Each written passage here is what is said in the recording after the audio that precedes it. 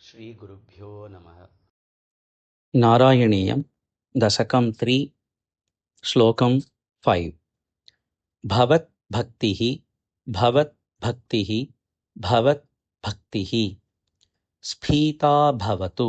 ಸ್ಫೀತಾ ಭವತು ಸ್ಫೀತಾ ಭವತು ಮಮ ಮಮ ಮಮ ಸ ಏವ ಪ್ರಶಮಯೇತ್ ಸ ಏವ ಪ್ರಶಮಯೇತ್ ಸ ಏವ ಪ್ರಶಮಯೇತ್ ಸೈವ ಪ್ರಶಮಯೇತ್ ಸೈವ ಪ್ರಶಮಯೇತ್ ಸೈವ ಪ್ರಶಮಯೇತ್ ಭವತ್ ಭಕ್ತಿಃ ಭವತ್ ಭಕ್ತಿಃ ಭವತ್ ಭಕ್ತಿಃ ಸ್ಫೀತಾ ಭವತು ಸ್ಫೀತಾ ಭವತು ಸ್ಫೀತಾ ಭವತು ಮಮ ಸೈವ ಪ್ರಶಮಯೇತ್ ಮಮ ಸೈವ ಪ್ರಶಮಯೇತ್ ಮಮ ಸೈವ ಪ್ರಶಮಯೇತ್ ಭವತ್ ಭಕ್ತಿಃ ಸ್ಫೀತಾ ಭವತು ಮಮ ಸೈವ ಪ್ರಶಮಯೇತ್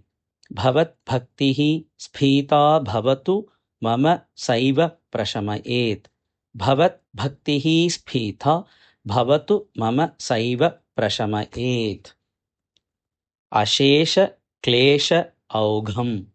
ಅಶೇಷ ಕ್ಲೇಶ ಔಘಂ ಅಶೇಷ ಕ್ಲೇಶ ಔಘಂ ಅಶೇಷ ಕ್ಲೇಶೌಘಂ ಅಶೇಷ ಕ್ಲೇಶೌಘಂ ಅಶೇಷ ಕ್ಲೇಶೌಘಂ ನ ಖಲು ಹೃದಿ ನ ಖಲು ಹೃದಿ ನ ಖಲು ಹೃದಿ ಸಂದೇಹ ಕಣಿಕಾ ಸಂದೇಹ ಕಣಿಕಾ ಸಂದೇಹ ಕಣಿಕಾ ಅಶೇಷ ಕ್ಲೇಶೌಘಂ ಅಶೇಷ ಕ್ಲೇಶೌಘಂ ನ ಖಲು ಹೃದಿ ನ ಖಲು ಹೃದಿ ನ ಖಲು ಹೃದಿ ಸಂದೇಹ ಕಣಿಕಾ ಸಂದೇಹ ಕಣಿಕಾ ಸಂದೇಹ ಕಣಿಕಾ ಅಶೇಷ ಕ್ಲೇಶೌಘಂ ನ ಖಲು ಹೃದಿ ಸಂದೇಹ ಕಣಿಕಾ ಅಶೇಷ ಕ್ಲೇಶೌಘಂ ನ ಖಲು ಹೃದಿ ಸಂದೇಹ ಕಣಿಕಾ ಅಶೇಷ ಕ್ಲೇಶೌಘಂ ನ ಖಲು ಹೃದಿ ಸಂದೇಹ ಕಣಿಕಾ ಭವತ್ ಭಕ್ತಿ ಸ್ಫೀತಾ ಭವತ್ ಭಕ್ತಿ ಸ್ಫೀತಾ ಭವತ್ ಭಕ್ತಿ ಸ್ಫೀತಾ ಭವತು ಮಮ ಸೈವ ಪ್ರಶಮಯೇತ್ ಭವತು ಮಮ ಸೈವ ಪ್ರಶಮಯೇತ್ ಭವತು ಮಮ ಸೈವ ಪ್ರಶಮಯೇತ್ ಭವತ್ ಭಕ್ತಿ ಸ್ಫೀತಾ ಭವತು ಮಮ ಸೈವ ಪ್ರಶಮಯೇತ್ ಭವತ್ ಭಕ್ತಿ ಸ್ಫೀತಾ ಭವತು ಮಮ ಸೈವ ಪ್ರಶಮಯೇತ್ ಭವತ್ ಭಕ್ತಿ ಸ್ಫೀತಾ ಭವತು ಮಮ ಸೈವ ಪ್ರಶಮಯೇತ್ ಅಶೇಷ ಕ್ಲೇಶೌಘಂ ನ ಖಲು ಹೃದಿ ಸಂದೇಹ ಕಣಿಕಾ ಅಶೇಷ ಕ್ಲೇಶೌಘಂ ನ ಖಲು ಹೃದಿ ಸಂದೇಹ ಕಣಿಕಾ ಅಶೇಷ ಕ್ಲೇಶೌಘಂ ನ ಖಲು ಹೃದಿ ಸಂದೇಹ ಕಣಿಕಾ ಭವತ್ ಭಕ್ತಿ ಸ್ಫೀತಾ ಭವತು ಮಮ ಸೈವ ಪ್ರಶಮಯೇತ್ ಅಶೇಷ ಕ್ಲೇಶೌಘಂ ನ ಖಲು ಹೃದಿ ಸಂದೇಹ ಕಣಿಕಾ ಭವತ್ ಭಕ್ತಿ ಸ್ಫೀತಾ ಭವತು ಮಮ ಸೈವ ಪ್ರಶಮಯೇತ್ ಅಶೇಷ ಕ್ಲೇಶೌಘಂ ನ ಖಲು ಹೃದಿ ಸಂದೇಹ ಕಣಿಕಾ ಭವತ್ ಭಕ್ತಿ ಸ್ಫೀತಾ ಭವತು ಮಮ ಸೈವ ಪ್ರಶಮಯೇತ್ ಅಶೇಷ ಕ್ಲೇಶೌಘಂ ನ ಖಲು ಹೃದಿ ಸಂದೇಹ ಕಣಿಕಾ ನ ಚೇತ್ ನ ಚೇತ್ ನ ಚೇತ್ ವ್ಯಾಸಸ್ಯ ಉಕ್ತಿ ವ್ಯಾಸಸ್ಯ ಉಕ್ತಿ ವ್ಯಾಸಸ್ಯ ಉಕ್ತಿ ತವ ಚ ವಚನಂ ತವ ಚ ವಚನಂ ತವ ಚ ವಚನಂ ನೈಗಮ ವಚಃ ನೈಗಮ ವಚಃ ನೈಗಮ ವಚಃ ನ ಚೇತ್ ವ್ಯಾಸಸ್ಯ ಉಕ್ತಿಃ ನ ಚೇತ್ ವ್ಯಾಸಸ್ಯ ಉಕ್ತಿಃ ನ ಚೇತ್ ವ್ಯಾಸಸ್ಯ ಉಕ್ತಿಃ ತವ ಚ ವಚನಂ ತವ ಚ ವಚನಂ ತವ ಚ ವಚನಂ ನೈಗಮ ವಚಃ ನೈಗಮ ವಚಃ ನೈಗಮ ವಚಃ ನ ಚೇತ್ ವ್ಯಾಸಸ್ಯ ಉಕ್ತಿಃ न चेत् व्यासस्य उक्तिः न चेत् व्यासस्य उक्तिः तव च वचनं नैगमवचः तव च वचनं नैगमवचः तव च वचनं नैगमवचः न चेत् व्यासस्य उक्तिः तव च वचनं नैगमवचः न चेत् व्यासस्य उक्तिः तव च वचनं नैगमवचः न चेत् व्यासस्य उक्तिः तव च वचनं नैगमवचः भवेत् मिथ्या भवेत् मिथ्या भवेत् मिथ्या रथ्या पुरुष रथ्या पुरुष रथ्या पुरुष वचनप्रायं वचनप्रायं वचनप्रायम् अखिलम् अखिलम् अखिलम् भवेत् मिथ्या भवेत् मिथ्या भवेत् मिथ्या रत्या पुरुष रत्या पुरुष रत्यात् पुरुष वचनप्रायम् अखिलं वचनप्रायमखिलं वचनप्रायमखिलम् भवेत् मिथ्यारथ्या भवेत् मिथ्यारथ्या भवेत् मिथ्यारथ्या पुरुषवचनप्रायमखिलं पुरुषवचनप्रायमखिलं पुरुषवचनप्रायमखिलम् भवेन्मिथ्यारथ्या पुरुषवचनप्रायमखिलं भवेन्मिथ्यारथ्या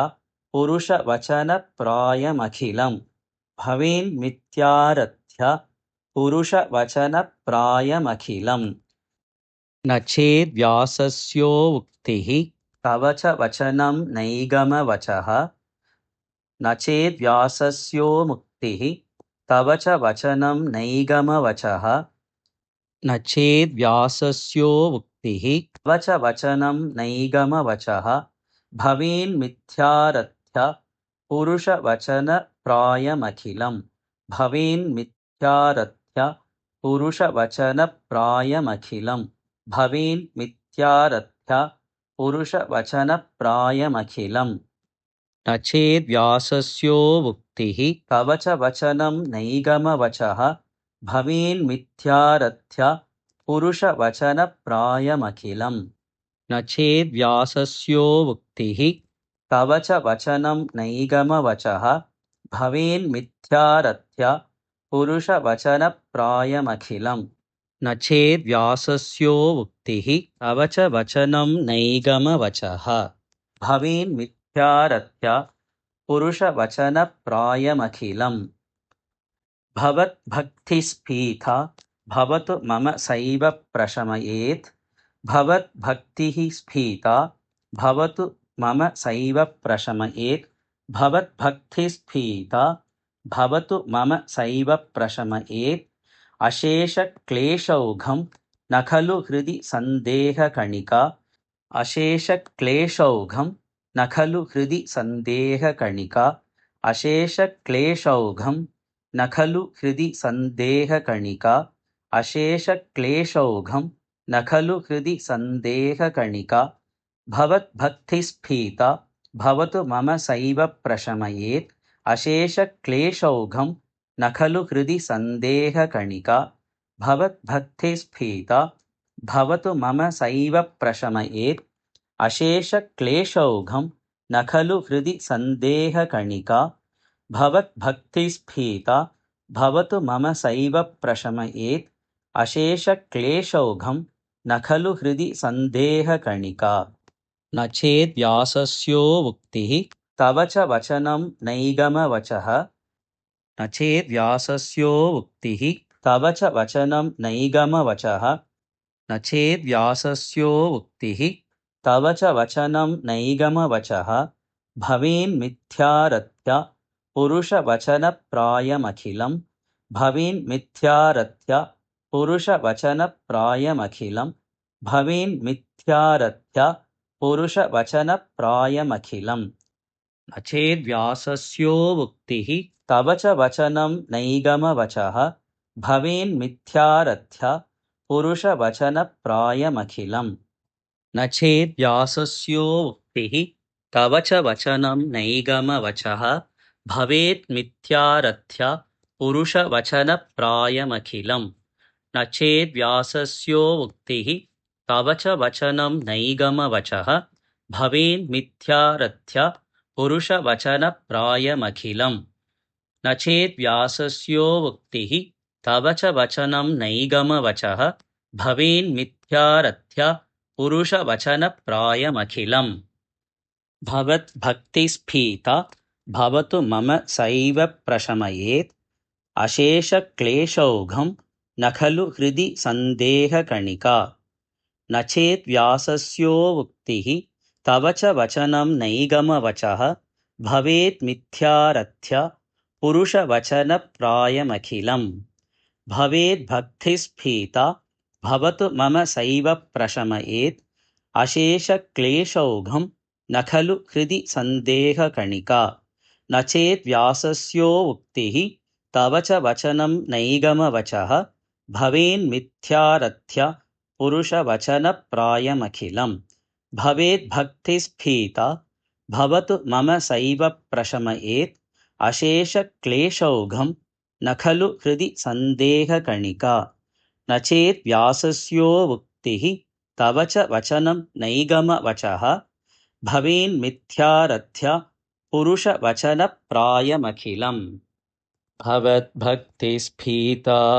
भवतु मम सैव प्रशमयेत् अशेषक्लेशौघं न खलु हृदि सन्देहकणिका न चेद्व्यासस्योक्तिः तव च वचनं नैगमवचः भवेन्मिथ्यारथ्य पुरुषवचनप्रायमखिलम् भवेद्भक्तिस्फीता भवतु मम सैव प्रशमयेत् अशेषक्लेशौघं न खलु हृदि सन्देहकणिका न चेद्व्यासस्योक्तिः तव च वचनं नैगमवचः भवेन्मिथ्यारथ्य